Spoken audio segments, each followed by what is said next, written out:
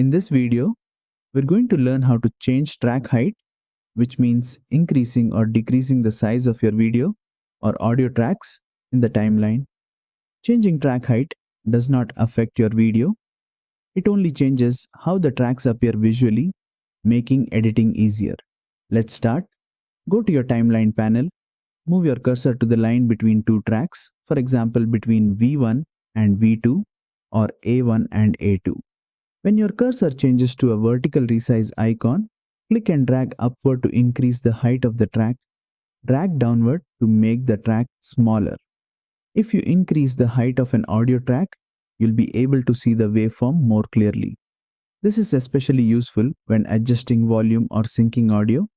You can resize each track individually depending on what you're working on. Adjusting track height helps keep your timeline clean and makes detailed editing more comfortable. And that's it. You now know how to change track height easily in Adobe Premiere Pro. If this tutorial helped you, don't forget to like, share, and subscribe for more Adobe Premiere Pro tutorials.